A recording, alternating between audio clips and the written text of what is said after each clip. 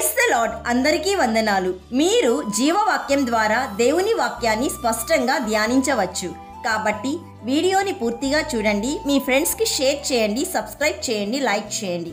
ఈరోజు దేవుని జీవవాక్యం కీర్తనల గ్రంథం 15వ కీర్తన 1వ వచనము. నీ పరిశుద్ధ పర్వతము మీద నివసింపదగిన వాడెవడు? Psalms 15:1. Who may live on your holy mountain? ప్రియ సహోదరి సహోదరుడా, నీకు పరిశుద్ధ పర్వతము అంటే దేవుని సన్నిధిలో ఉండాలన్న ఆశ నీలో ఉందా? క్రిస్టియన్స్గా ప్రతి ఒక్కరికి ఒక నిరీక్షణ ఉంది. అది పరలోక రాజ్యంలో నివాసం చేస్తామన్న నిరీక్షణ. ఇటువంటి నిరీక్షణ, ఆశ నీలో ఉందా? ఇలాంటి ప్రశ్నలు ఎవరిని అడిగినా నాకు దేవుని సన్నిధిలో ఉండాలన్న ఆశ ఉంది, పరలోక రాజ్యం వెళ్ళాలన్న ఆశ ఉంది అని అంటారు. అయితే క్రీస్తులో నీ జీవితం మారిందా?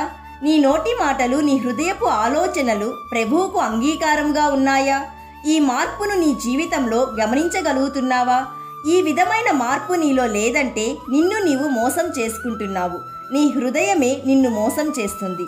నీవు బాప్తిజమం పొందావు, చర్చికి వెళ్తున్నావు, కానుకలు ఇస్తున్నావు, ఖచ్చితంగా నీవు దేవుని సన్నిధిలోకి వెళ్తావు, పరలోక రాజ్యంలో నివసిస్తావు అని నీ హృదయం నీతో చెప్తూ ఉంటుంది. జాగ్రత్త ప్రియ దేవుని బిడ్డ, హృదయం ఘోరమైన వ్యాధి గలది, మోసకరమైనది. అయితే ఎవరు దేవుని పరిశుద్ధ పర్వతం మీద నివసింపగలరు? దేవుని వాక్యం స్పష్టంగా తెలియచేస్తుంది.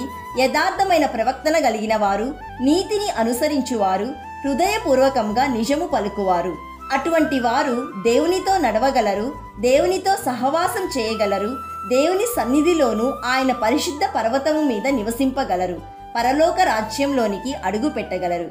So my dear friend, we are God's handwork created in Lord Jesus Christ to do good works. Also, our Lord God is righteous and you should practice righteousness for eternal life. కాబట్టి ప్రియ సహోదరి సహోదరుడా, నీవు, నేను, లోకంలోని ప్రతి ఒక్కరూ పరిశుద్ధంగాను, నిందారహితంగాను, నిర్దోషిగాను, పవిత్రముగాను, నిందలేని వారిగాను, మచ్చలేని వారిగాను, కలంకం లేని వారిగాను సంపూర్ణముగా దేవునికి సమర్పించుకొని ఆయన సన్నిధిలో ఉండాలని ప్రభువు కోరుకుంటున్నాడు.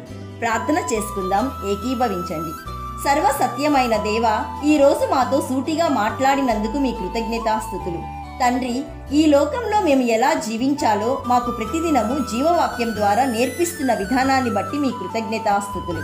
ఈరోజు జీవవాక్యం వింటున్న ప్రతి ఒక్కరూ, వారి కుటుంబాలు నీ రాకడకు సిద్ధపడుటకు నీ సన్నిధిలో ఆశీర్వదించమని పరిశుద్ధుడైన యేసు నామమున అడిగి వేడుకొంచున్నాము తండ్రి.